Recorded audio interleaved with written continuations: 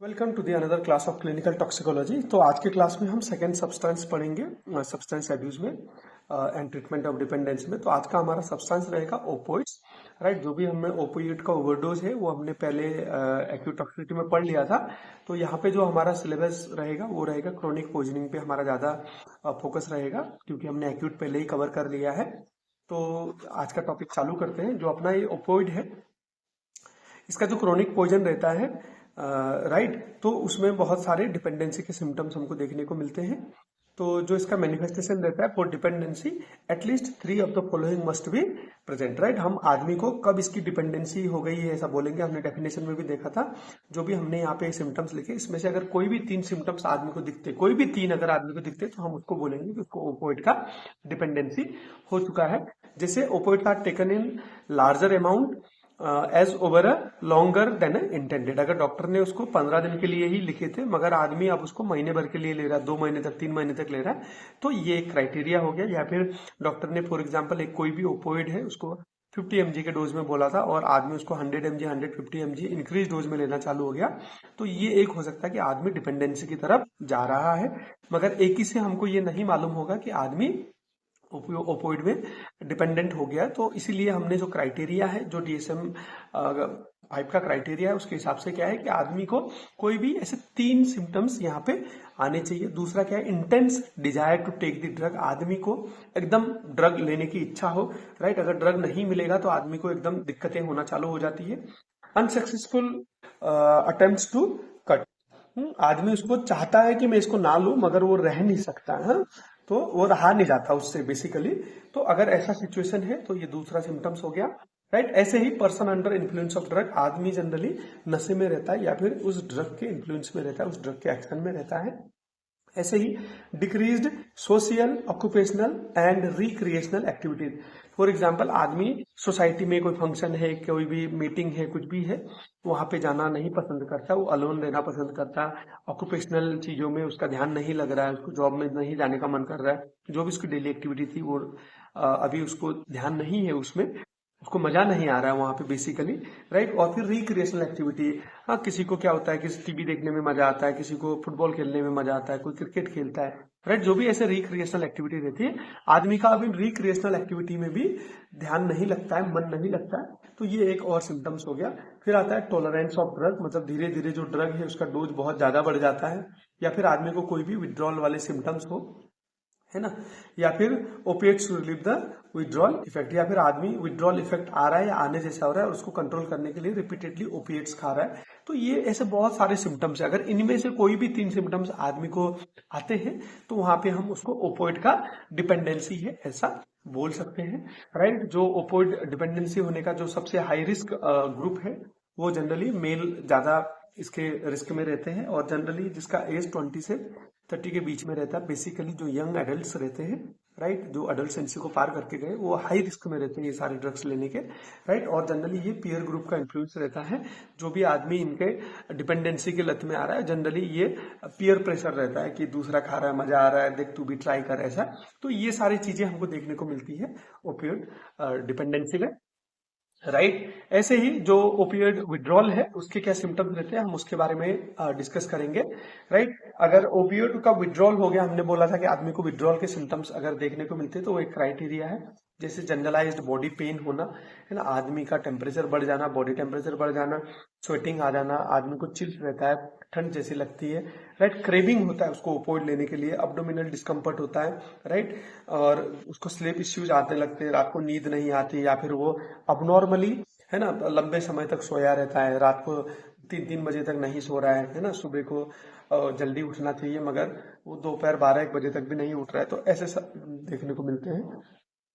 और आदमी के बॉडी में गूज या फिर पिंपल्स देखने को मिलते हैं, आदमी कापरा होता है, ट्रेमर्स देखने को मिल सकते हैं, रेस्टलेस रहता है आदमी, स्टेबल तरीके से बातें नहीं कर सकता, स्टेबल तरीके से काम नहीं कर सकता, राइट। आदमी जनरली एक पैनिक सिचुएशन में रहता है, एक उसको डर सता रहा होता है, और आदमी जनरली इरिटेबल रहता है। तो जो सोशल उसका एक बिहेवियर रहता है वो भी हमको चेंज देखने को मिलता है। इसका जो बेसिक डायग्नोसिस में सबसे इंपॉर्टेंट है history and clinical pattern, right. जो आदमी की हिस्ट्री है वो हिस्ट्री बहुत ही इंपॉर्टेंट रहती है कि आदमी का एक्सपोजर कहाँ पे हुआ, ओपियोड का उसके साथ कहाँ पे एक्सपोजर हुआ, उसको क्या मेडिकली प्रिस्क्राइब किया गया था, बाद में उसने इलिसिट तरीके से प्रिस्क्रिप्शन को रिफिल किया, या फिर उसको कहीं पीयर प्रेशर्स आके उसकी वजह से हुआ है। ये सारी हिस्ट्री बहुत ही जरूरी है। और क्लिनिकल पैटर्न देखना जरूरी है। क्लिनिकल पैटर्न मतलब हमने अभी बहुत सारे सिम्टम्स की बात करी, तो वो सिम्टम्स का क्या है, कैसा है पैटर्न, वो भी बहुत जरूरी है डायग्नोज करने के लिए, राइट। अगर तीन या उससे ज्यादा सिम्टम्स आ रहे हैं तो वहाँ पे भी हम डायग्नोज कर सकते हैं। और उसमें जो बेसिकली एक ऑब्जेक्टिव एविडेंस जो हमको मिलता है वो यूरिन एनालिसिस से मिलता है। अगर यूरिन एनालिसिस करते टाइम पे अगर यूरिन पे ओपोइड की ट्रेसेस, डेरिवेटिव्स या ओपोइड कोई भी आपको ट्रेस होता है या आइडेंटिफाई होता है, तो वहां पे हम ओपोइड पॉइजनिंग बोल के उसको बोल सकते हैं। हमको एक और एडिशनल एविडेंस इसका मिल जाता है। इसको हम मैनेज कैसे करेंगे, राइट। पहले मैनेज तो हम इसका रिहैब प्रोग्राम में डालना पड़ेगा, राइट। जो भी ये डिपेंडेंसी है ये बहुत लॉन्ग टर्म ट्रीटमेंट है, ऐसा नहीं है कि हम 1 महीने 15 दिन में इसको क्योर कर लेंगे, है ना। इसके लिए बहुत ज्यादा टाइम लगता है। और इस ड्रग की डिपेंडेंसी को हम ड्रग देके ट्रीट करना इतना अच्छा ऑप्शन नहीं माना जाता है ना। जहां तक हमको पॉसिबल है वहां पे हम नॉन फार्माकोलॉजिकल मेजर्स देके उसको काउंसिल, उसको एजुकेशन करके, उसको इंगेज करके, है ना, उसको प्लेजर एक्टिविटी में इन्वॉल्व करके उसको हम मैनेज करने की कोशिश करेंगे, है ना। रिहेबिलिटेशन प्रोग्राम चलाएंगे, कैंपेन चलाएंगे, ना रिहेबिलिटेशन सेंटर्स देखने को मिलते हैं आज के डेट में हमको, ना वहाँ पे जाके उसको एडमिट करा के उसको जो वहाँ का एक शेड्यूल रहता है, एक ट्रेनिंग रहता है, उसमें हम उसको इनरोल कर सकते हैं, है ना। और ऐसे ही बहुत सारे सपोर्ट ग्रुप्स रहते हैं जो ड्रग एडिक्ट्स, है ना, ड्रग एब्यूज, ड्रग डिपेंडेंसी, ऐसे जो लोग रहते हैं, ऐसे डी एडिक्शन कैंपेन्स, है ना, डिपेंडेंसी को खत्म करने वाले ऐसे कैंपेन बहुत सारे गवर्नमेंटल और बहुत सारे एनजीओज, INGOज ये सारी चीजें चला रहे हैं, सपोर्ट ग्रुप्स होते हैं। ऐसा का हम सपोर्ट ले सकते हैं, है ना। बिहेवियरल थेरेपी दे सकते हैं।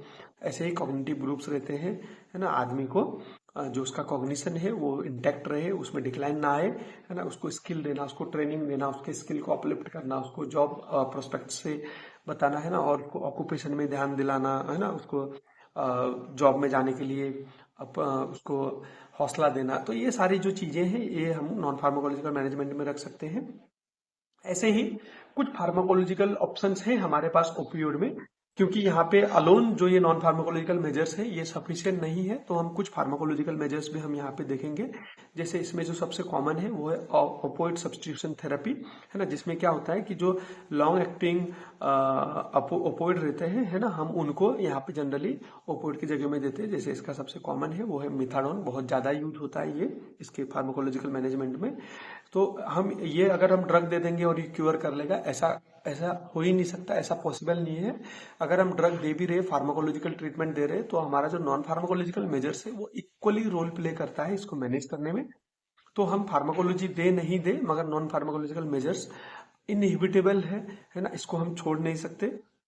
Along with counselling, right, not consume additional drugs और अल्कोहल, उसको हमको एजुकेट करना है, उसको हमको काउंसलिंग करना है। और अगर ऐसी कोई भी और एडिक्शन को बढ़ावा देने वाली आदतें हैं, जैसे कोई गुटखा खाता है, कोई सिगरेट स्मोकिंग करता है ना, कोई अल्कोहल कंजम्पशन करता है, तो उन चीज को भी हमको आदमी को छोड़ने के लिए हौसला देना पड़ेगा, उसको प्रोत्साहन देना पड़ेगा, ताकि ये चीजें कंट्रोल में रहे, है ना। Dose should be adjusted by seeing the severity. ऐसा नहीं है कि मेथाडोन देना है तो एक स्टैंडर्ड डोज है और उसी डोज में रख के सारे पेशेंट को हम ट्रीट करने की कोशिश करेंगे, ऐसा कतई भी नहीं है, राइट। इस पर्टिकुलर आदमी को कितनी सिवियरिटी है, इसको कौन सा डोज देना है, कौन सा ड्रग देना है, कितना देना है, देना भी है या नहीं देना है, नॉन फार्माकोलॉजिकल मेजर से क्योर हो रहा है या फिर हमको फार्माकोलॉजी का सहारा लेना पड़ रहा है, ये सारी चीजें हमको केस टू केस बेसिस में डिसाइड करनी पड़ेगी। हमको थेरेपी को इंडिविजुअलाइज करना पड़ेगा, एक कोई हम जनरलाइज्ड नहीं कर सकते हैं, है ना। जनरली अगर हम स्टार्ट करते हैं इंडक्शन में, हम 20 mg में चालू करते हैं, लो डोज से चालू करते हैं। अगर सीवियर है तो वहां पे हम 30 mg में भी चालू कर सकते हैं, और फिर धीरे धीरे हम उसके जो उसका एक क्लिनिकल आउटकम है उसको हम मॉनिटर करते रहेंगे। अगर डोज को कम करना है तो हम डोज को कम भी कर सकते हैं, अगर हमको डोज को बढ़ा के उसको मैनेज करने की कोशिश करना है तो वो हम बढ़ा भी सकते हैं, जिसको हम बोलते हैं डोज एडजस्टमेंट और डोज टाइट्रेशन। तो ये चीजें हम यहाँ पे कर सकते हैं। और हम उसको कोई फार्माकोलॉजिकल एजेंट दे रहे हैं, in addition to that non pharmacological measures भी दे रहे हैं, तो उसको हमको कंटिन्यूअसली रिव्यू करना बहुत जरूरी है। उसको हम अगर कोई ड्रग दे रहे हैं, जैसे एग्जांपल हमने मिथाडोन दे दिया है, तो देने के 1 दिन बाद, फिर 3 दिन बाद, 4 दिन बाद, 7 दिन बाद, है ना, ऐसे ही फिर हफ्ते में एटलीस्ट 2 दिन में, है ना, फिर ऐसे महीने में एटलीस्ट 2 बार, ऐसा करके उसको हमको 3-4 महीने तक आराम से मॉनिटर करते रहना है। और उसके बाद भी अगर 3-4 महीने तक दवाई सही तरीके से उसको टोलरेट हो गई है, कोई भी उसके साइड इफेक्ट नहीं है, और उसमें क्लिनिकली सिम्टोमेटिकली इंप्रूवमेंट देखने को मिल रहा है, फिर भी हमको महीने भर बाद उसको हर महीने में रिव्यू करते रहना चाहिए, right. Then in addition to that we have to encourage them to slowly stop, है ना, सीजेट दी सब्स्टिट्यूशन थेरेपी। तो हमको फिर आदमी को बोलना है कि ये जो हमने ओपिएट सब्स्टिट्यूशन थेरेपी दी है ना, ये कोई परमानेंट तो है नहीं कि नहीं ये हम उसको लाइफ लॉन्ग दे देंगे। तो उसको हमको बताना पड़ेगा कि ये उसको डी एडिक्शन करने के लिए था, उसकी डिपेंडेंसी को खत्म करने के लिए था, है ना, हम इसको लाइफ लॉन्ग नहीं दे सकते। तो उनको मोटिवेट करना पड़ेगा कि आप नॉन फार्माकोलॉजिकल मेजर्स है ना, या फिर अब्सटिनेंस रख के उसको धीरे धीरे कम करिए। हम धीरे धीरे अब ओएसटी को भी कम करके इसको खत्म करने की कोशिश करेंगे। ये हमको उनको सही तरीके से बताना चाहिए। हम एब्रप्टली अगर ओएसटी को बंद कर देंगे तो आदमी को रिबाउंड सिम्टम्स देखने को मिल सकते हैं, आदमी को विड्रॉल सिम्टम्स आ सकते हैं, उसको क्रेविंग हो सकता है और वो दोबारा से ओपियोइड का अब्यूज कर सकता है। तो best way to prevent is to never introduce opioids as they are highly addictive. तो इसीलिए मेडिकल साइंस में या फिर फार्मेसी में ना जनरली हमको कंट्रोल्ड सब्सटेंस के अंदर रखा जाता है ओपियोइड्स को, क्योंकि एक बार आदमी को ओपियोइड्स की लत लग जाती है तो फिर उसको एडिक्शन को कम करना या खत्म करना बहुत चैलेंजिंग है। ऐसा नहीं कि खत्म नहीं होता है, मगर हमको बहुत मेहनत करनी होती, बहुत ज्यादा पापड़ बेलने होते उसके लिए, राइट। तो इसीलिए आदमी को जब तक पेन NSAID से मैनेज हो रहा है तो वहां पे हम NSAID से मैनेज करने की कोशिश करेंगे। अगर नहीं हो रहा है, हमको ओपियोइड की ही जरूरत है, तो हम कुछ नॉन हैबिट फॉर्मिंग ओपियोइड्स रहते हैं जैसे ट्रामाडोल, उनके ऑप्शंस में जाएंगे। अगर ऐसा कोई सिचुएशन ही आता है जहां पे हमको कोई और ऑप्शन ही नहीं है, एक्सट्रीम पेन है, तो वहीं पे हम ओपियोइड को इंट्रोड्यूस करेंगे। तब तक हम ओपियोइड को इंट्रोड्यूस करने की कोशिश नहीं करेंगे। यही सबसे बड़ी बुद्धिमानी है। तो इसके साथ हमारा ये आज का टॉपिक ऑलमोस्ट खत्म हो गया। इसको खत्म करने से पहले हम जस्ट इसको एक बार रिवाइज करेंगे। जो ओपियोइड पॉइजनिंग है, तो ये हम एक पर्टिकुलर सिम्टम से हम इसको डिफाइन नहीं कर सकते, बहुत सारे सिम्टम्स रहते हैं। जैसे लास्ट डोज में ओपियोइड लेना, बहुत लंबे समय तक ओपियोइड लेना प्रिस्क्रिप्शन के बाहर जाके, है ना, उसको छोड़ने के अनसक्सेसफुल अटेम्प्ट करना, मगर फिर भी उसको लेने की स्ट्रॉन्ग डिजायर या क्रेविंग होना, है ना। फिर आदमी जनरली ड्रग के इन्फ्लुएंस में रहना, बेसिकली ड्रग के नशे में रहना, है ना, सोशल, ऑक्यूपेशनल और रिक्रिएशनल जो एक्टिविटीज है वो आदमी को अब फर्दर प्लेजर नहीं करती हैं। आदमी जनरली इन चीजों से आइसोलेट होना चाहता है। या फिर जो ड्रग की टॉलरेंस है, विड्रॉल सिम्टम्स है, या फिर ऐसे जो भी चीजें हैं, अगर इनमें से कोई भी 3 सिम्टम्स आते हैं तो हम उसको ओपियोइड की डिपेंडेंसी बता सकते हैं, राइट। इसके हिस्ट्री, क्लिनिकल पैटर्न और जो अपना यूरिन एनालिसिस है उससे हम इसको आराम से आइडेंटिफाई कर सकते हैं। मैनेज के टाइम पे हमने जैसे बोला है कि नॉन फार्माकोलॉजिकल मेजर्स बहुत ही इंपॉर्टेंट है, सारे ही डिपेंडेंसी में इंपॉर्टेंट है, नहीं खाली ऐसा नहीं कि ओपियोइड में, है ना, या फिर एम्फेटामाइन में जरूरी था। सारे ही में नॉन फार्माकोलॉजिकल जो मेजर्स है वो बहुत ही इंपॉर्टेंट है।